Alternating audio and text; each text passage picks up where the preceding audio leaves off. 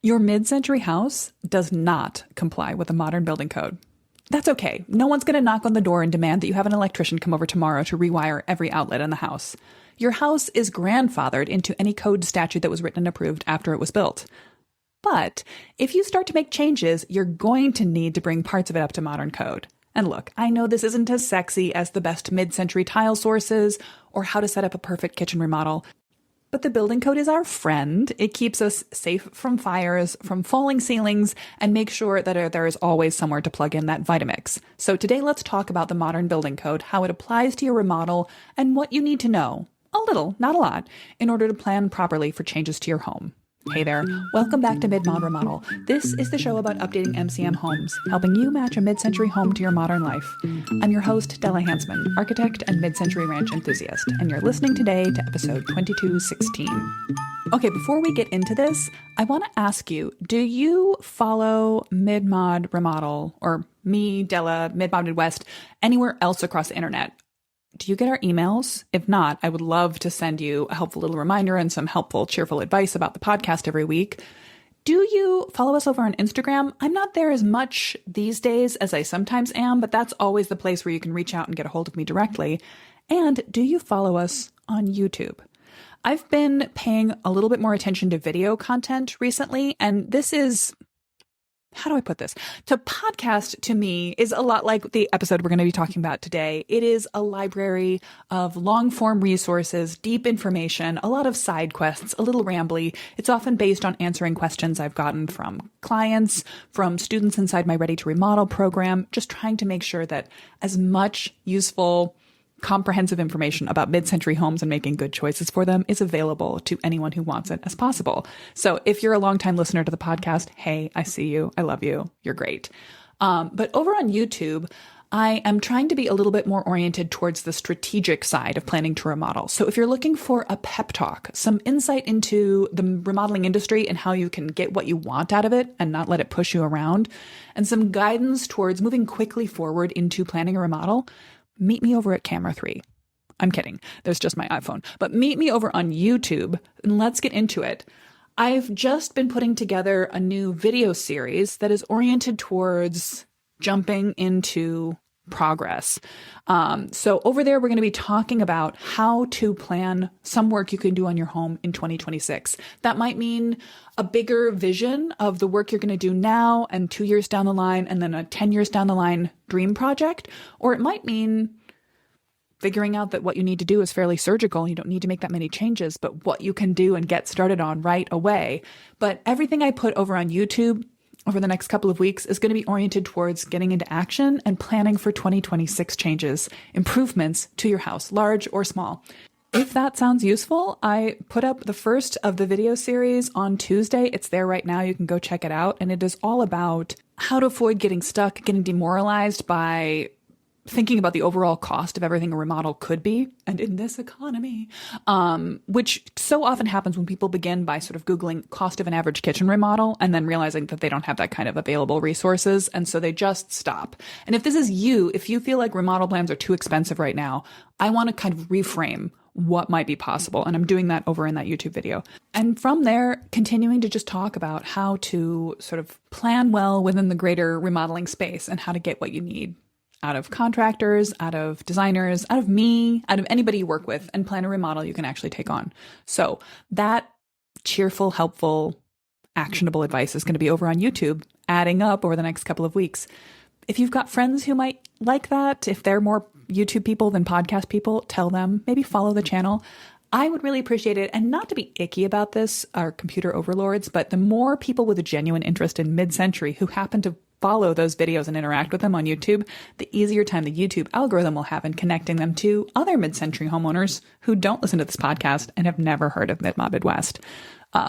Anyway, only go over there if you want to, but I did make these videos with you in mind. The second in the series, how to avoid getting stuck in Pinterest overwhelm, a problem that nearly every mid-century homeowner I talk to has, is dropping next Tuesday. I will link to the first video in the series in the show notes, but you can also just go to YouTube and look for Mid-Mod Midwest. It'll be right there. Speaking of which, the show notes for this episode are going to be at midmod-midwest.com/2216. Let's get into our episode. So last week, as we were talking about the Sanborn fire insurance maps and the way that knowing even historical facts about your house could be really useful in sort of positioning you to make good choices going forward, I mentioned the concept of grandfathering, that there could be an aspect of your house which was set up under an older or without a version of the building code that is now applicable to it, and that knowing that your house existed before the code was enforced might allow you to choose to make a different, perhaps a less expensive change to your house.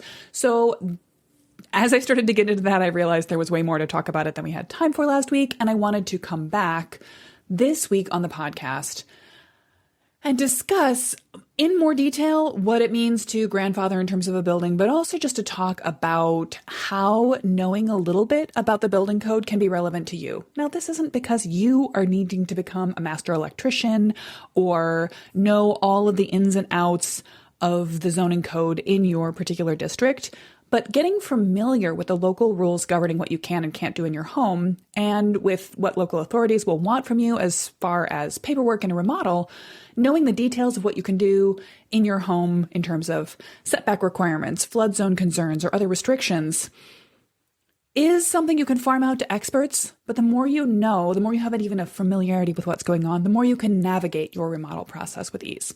Now, when in doubt, I'm always going to tell you to go call an expert for a quick consult.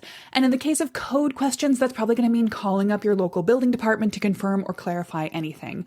But I really believe that this is useful because we want to follow the building code. We want to make our houses as safe, as well insulated, as accessible as we can.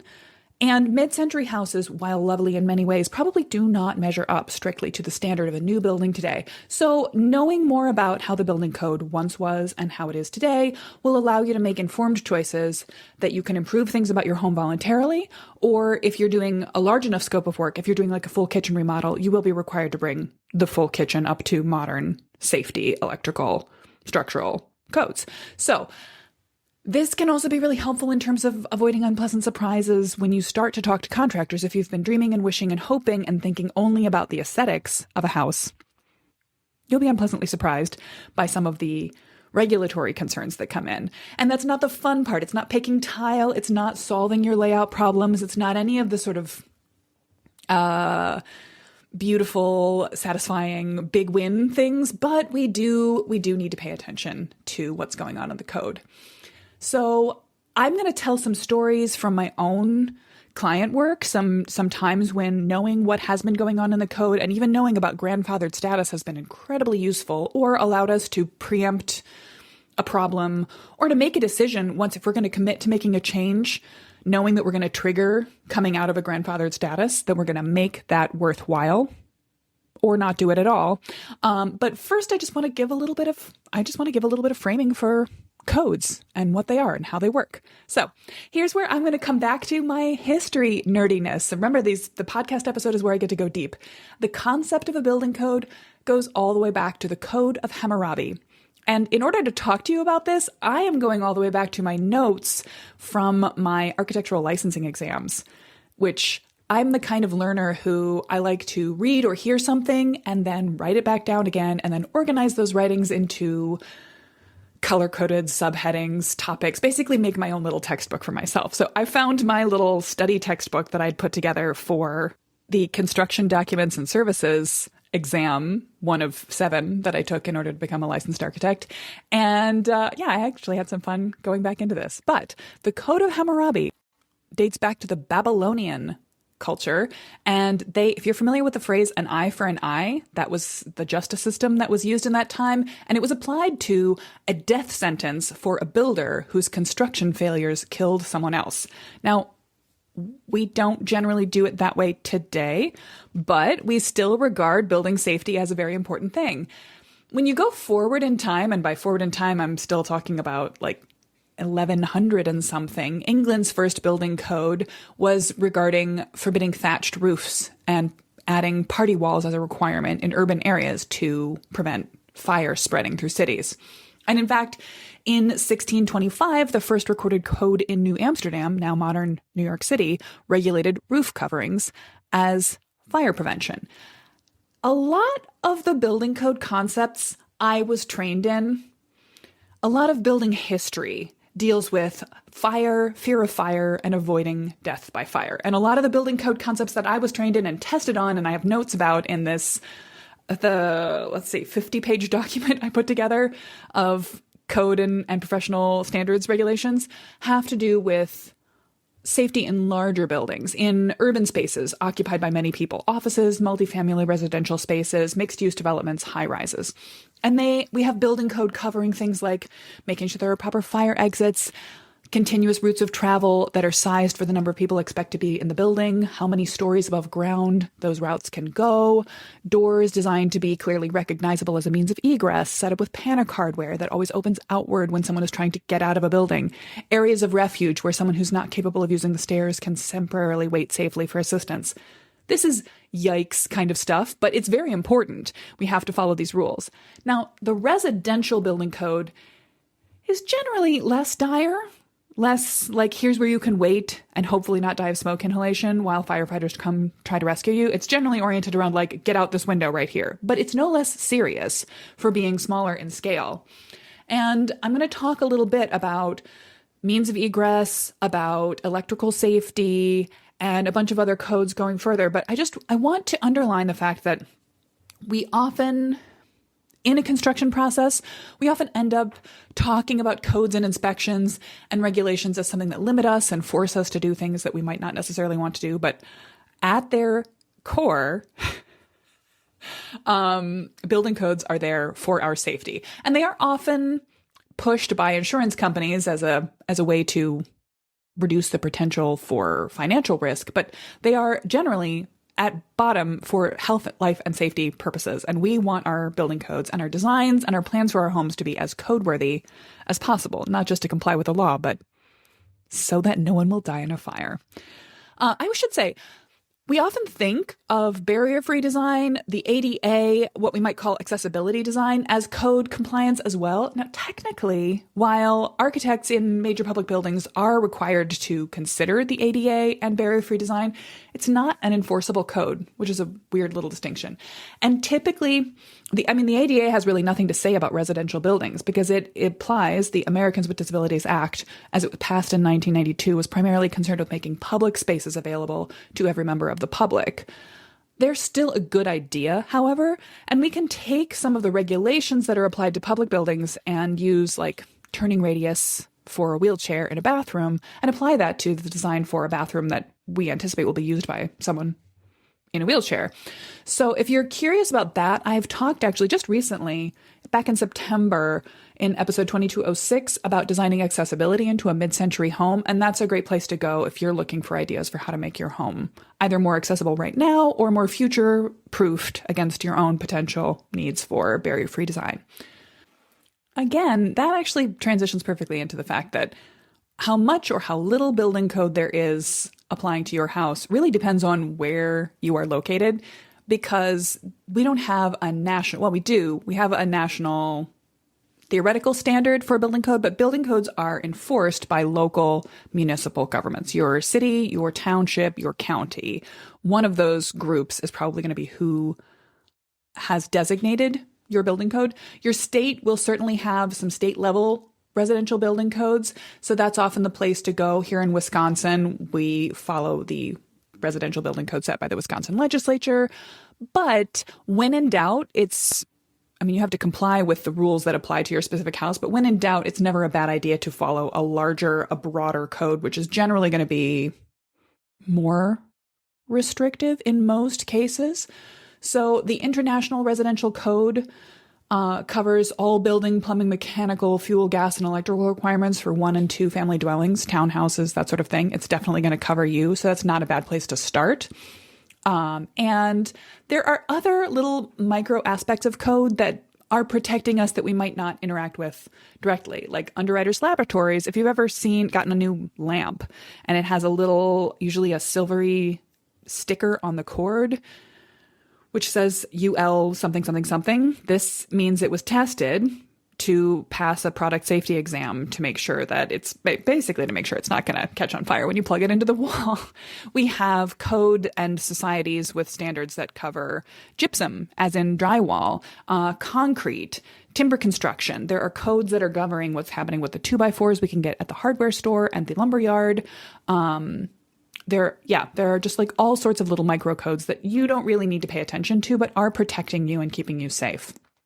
Questions of your whole house, certainly the arrangement of spaces, the structure, and means of egress, which means how do you get out of the house in an emergency when you can't walk down a hallway and go out the front door, generally fall under International Residential Code, IRC, or a state designated code system. California, for example, has a very specific and kind of intense set of codes to address their own standards and regional issues like earthquakes. Wisconsin, where I live, uses the Uniform Dwelling Code, and it's generally a pretty code-light state compared with other states around the US.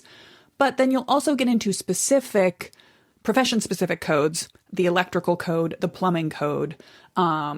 There will be code issues that pertain specifically to fire separations between houses and garages or houses and other houses.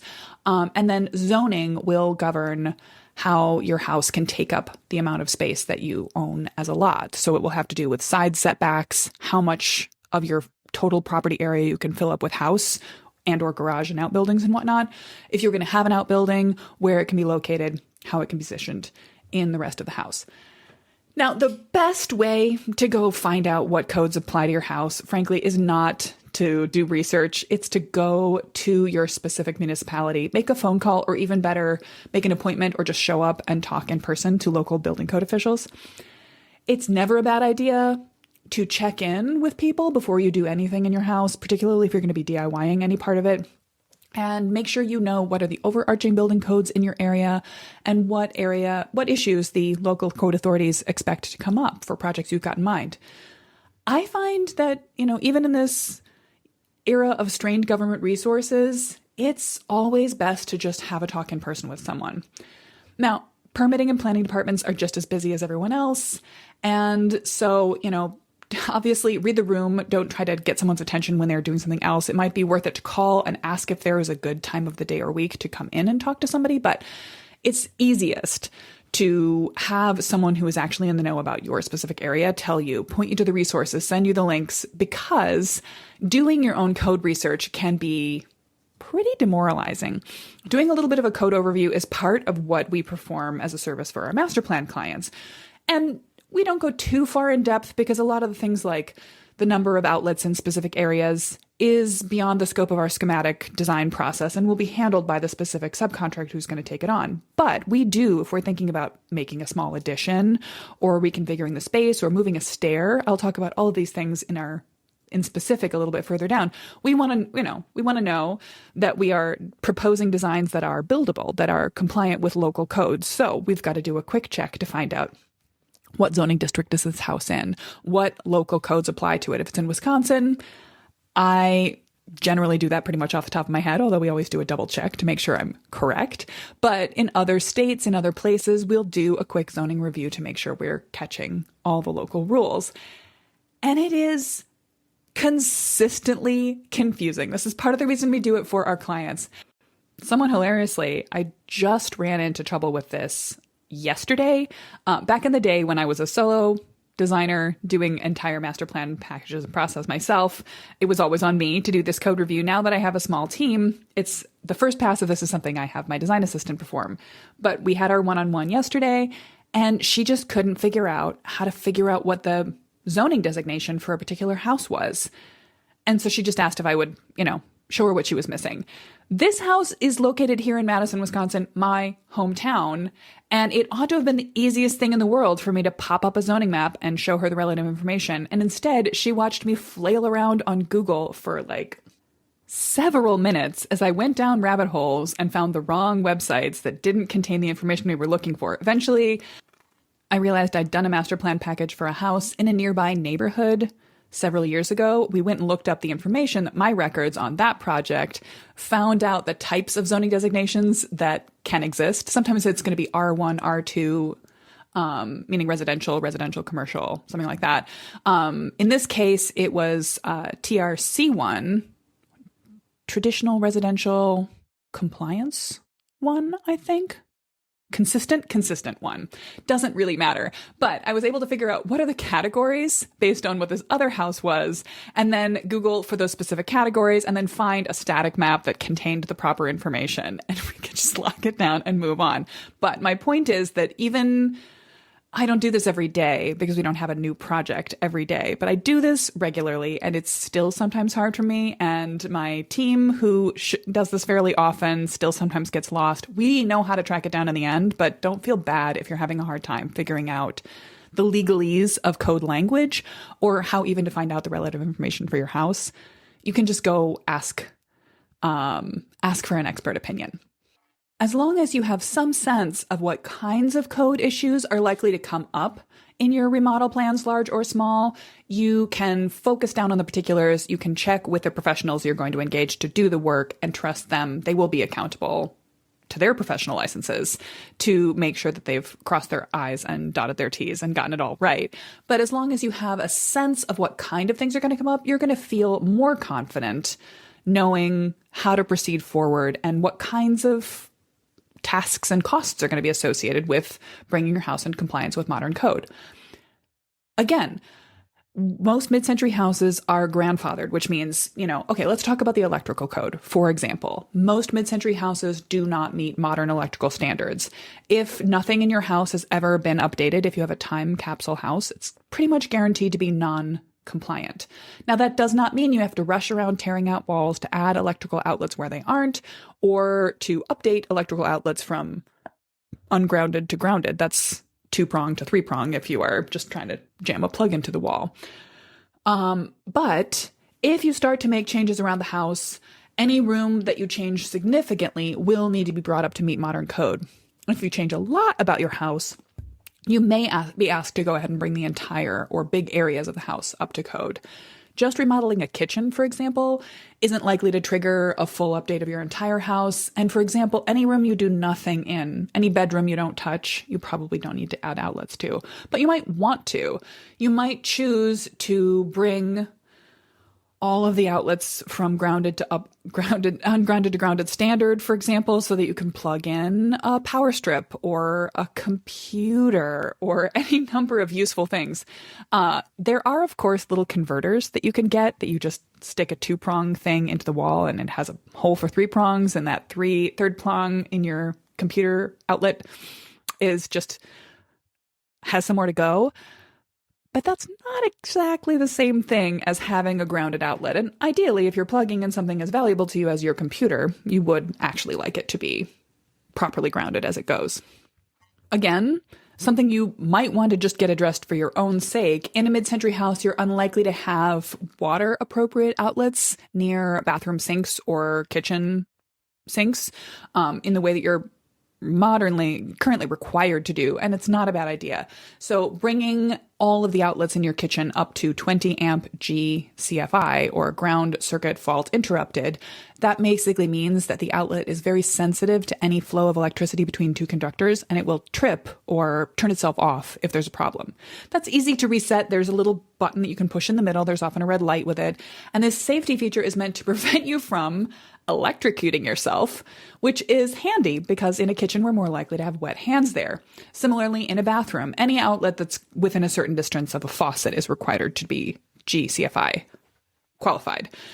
Now, you're going to need a lot of outlets in a kitchen remodel. Your original mid-century kitchen, a typical mid-century kitchen, probably has an outlet where the fridge was supposed to go, an outlet near the stove, and maybe one along the counter for your toaster.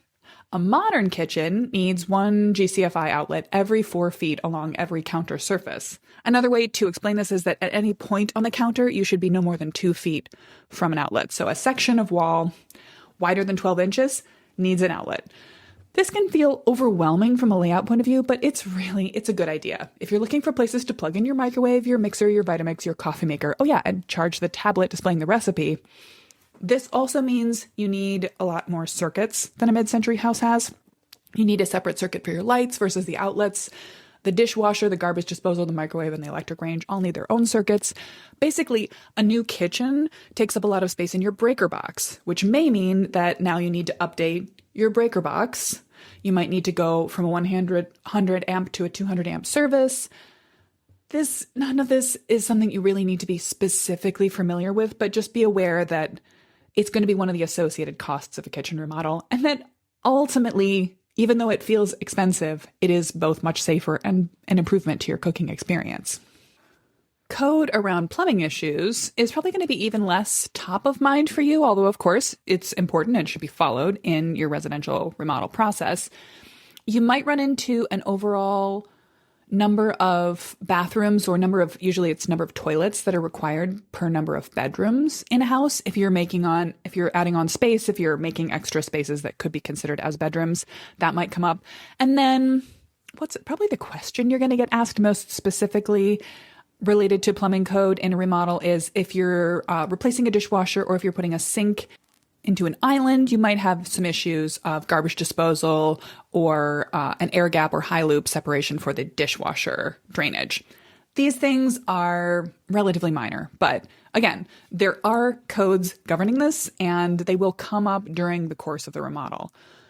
Other things that'll come up, if you're sticking inside your existing footprint, you're not interested in zoning and you're not interested in fire separation necessarily. Although many mid-century houses that I encounter are fire safety non-compliant in the connection between the house and the garage. That's because there originally wasn't a garage and the garage was either added on before there was any kind of fire code applied or it just wasn't properly inspected. But if you have glass in the door between your kitchen and garage, if you can peek out through your kitchen door and see your car, that is not a fire rated door. And you certainly will need to be corrected if you do any work in the house that is likely to become inspected at any point. Also, it's not a bad idea to make sure that your kitchen is properly separated from your garage in terms of fire safety. The odds of a car exploding in your garage are very low, but never zero. And that is the reason for fire safety regulations and fire separation between houses and garage. I see this again and again, actually, in many mid-century houses. There is a charming top light, half light door from the kitchen that once went out to a side yard or went out to the backyard, and then a garage was added after the house was built and they left the original door in place. And even though that might be giving you a little bit of daylight, it's not a good idea. So often in a case like that, it also means that there's not proper fire separation in the wall and you need a thicker layer of drywall applied to usually the outside the garage side of the wall to create a good fire rating and a fire rated solid door. If you are making changes to the footprint of your house or adding on spaces in general, you definitely need to know about your zoning designation, your property lines, and the setbacks that you are allowed to, or that you're not allowed to build within between the edge of your property and the edge of the buildable area. This is relatively straightforward to figure out in theory, although it's the thing that I was just describing. It took me an extra 2 to 5 minutes of Googling to try to figure out the relevant information for a recent client project. But in theory, you start with a property lookup of your address with a local assessor's website. This will tell you when your house was built, your zoning district, maybe, and what the assessor knows about your square footage and building materials. You'll also see the records of sale going back several years. From there, you can Google your local zoning code and track down the relevant information about setbacks, height, and area restrictions for your zoning district.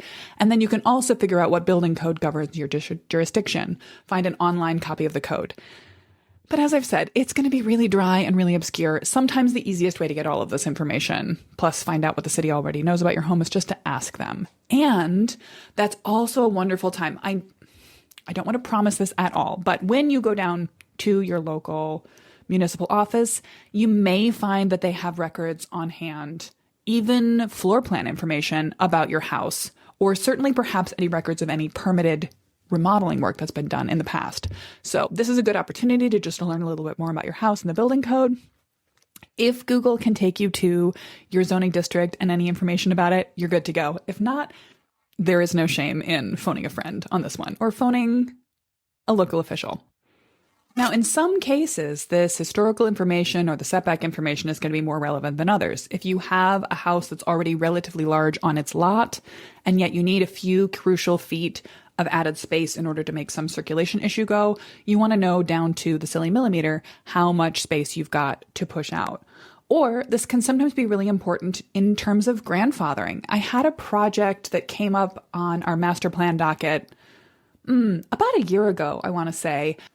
A pretty dilapidated hunting cabin in a really, really beautiful part of northern Wisconsin on a lake that was built within the shoreline setback. Now, in most places, there is a regulation saying that you cannot build within a certain distance of water's edge. This is for flood reasons. It's also for just sort of lake beautiful reasons.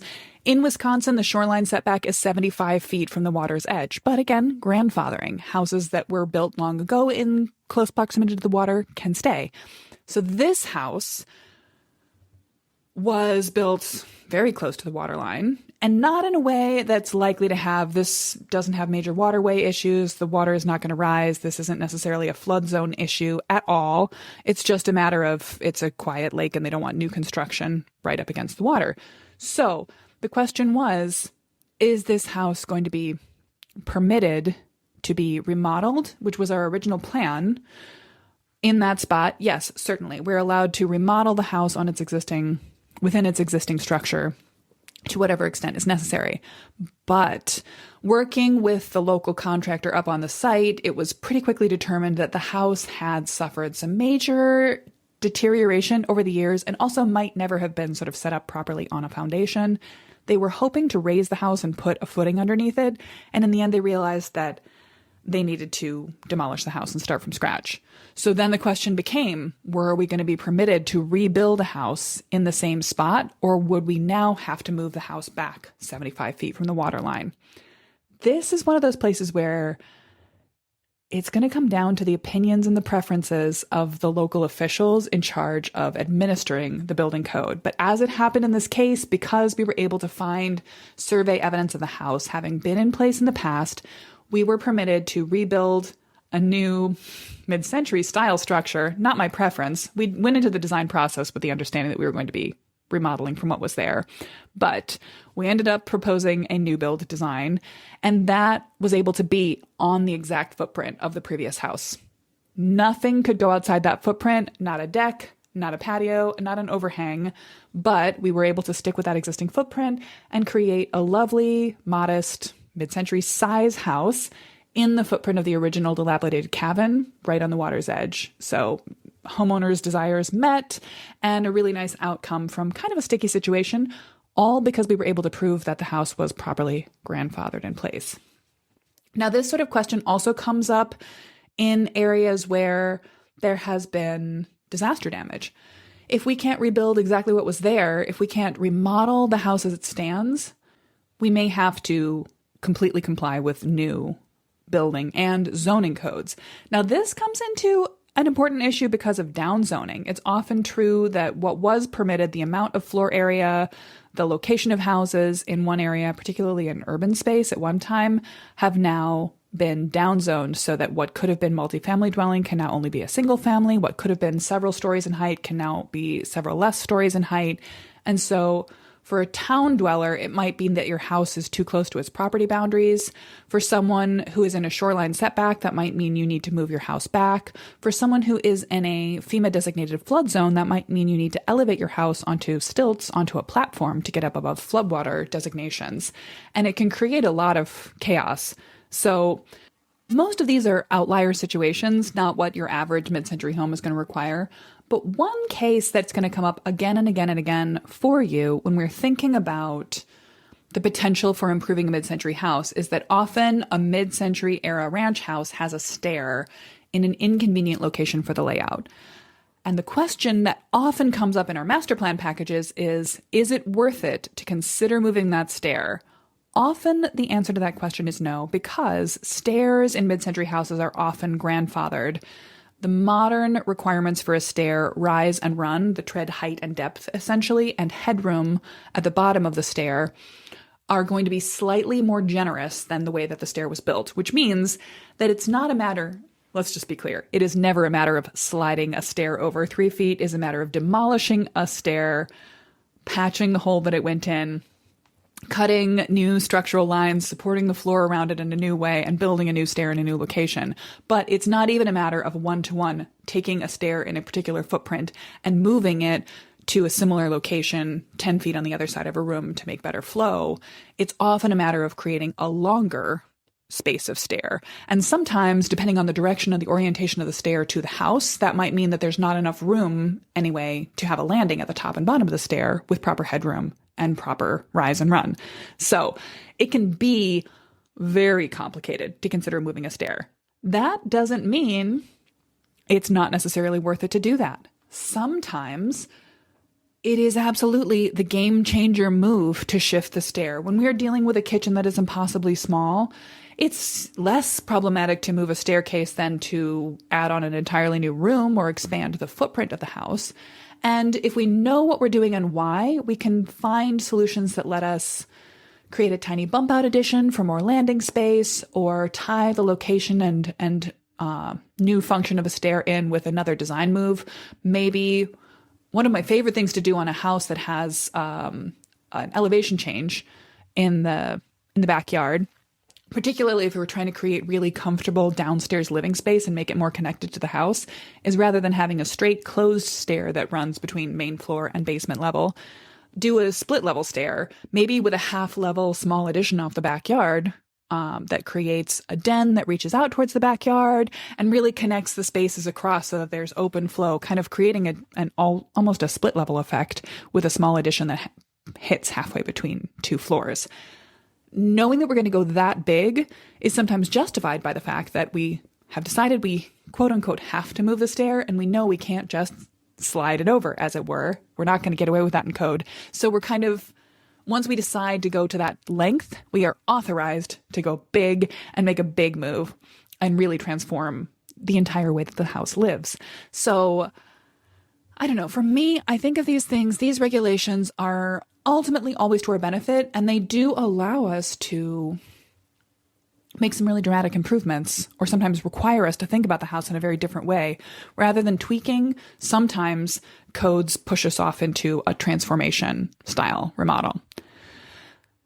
What else is going to go up with stairs? Oh, I think there's another element of stairs that fall under the safety code. You need to have stairs of a certain regularity, width, space, so that there's room for someone to get out of a house in emergency.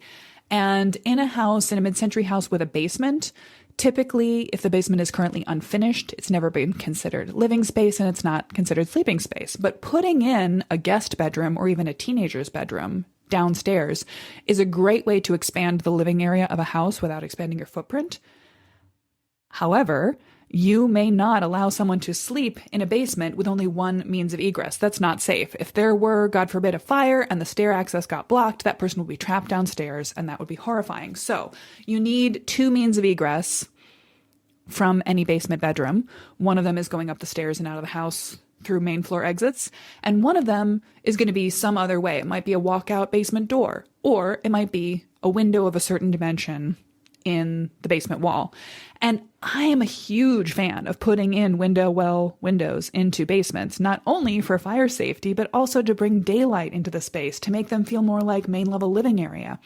One of the brightest rooms in my house is the basement bedroom that currently is an exercise space for me, but has an egress rated window well with not just the little plastic insert, sort of half circle minimum viable legal escape realm, but a nice railroad tie timber retaining wall that my dad and I put together that has planter boxes in it and is pretty to look at and creates a little view sitting at the desk in front of that window looking up at the sky. So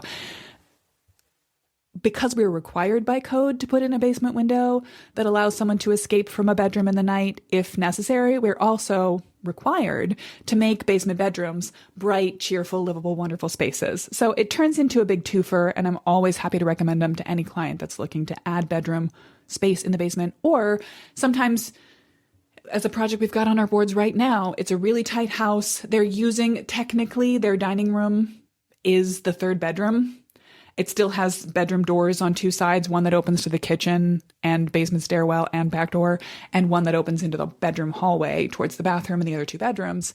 But they're thinking seriously about removing those doors or reorienting them, opening them completely so that the space can feel more like a dining room and more like the social living space of the house. They don't want to go from being a 3-bedroom house to a 2-bedroom house because someday they feel like that's going to be an issue down the line.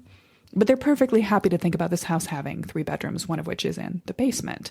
And that, I think, is a perfectly reasonable, I wouldn't even call it a sacrifice, a perfectly reasonable decision to make.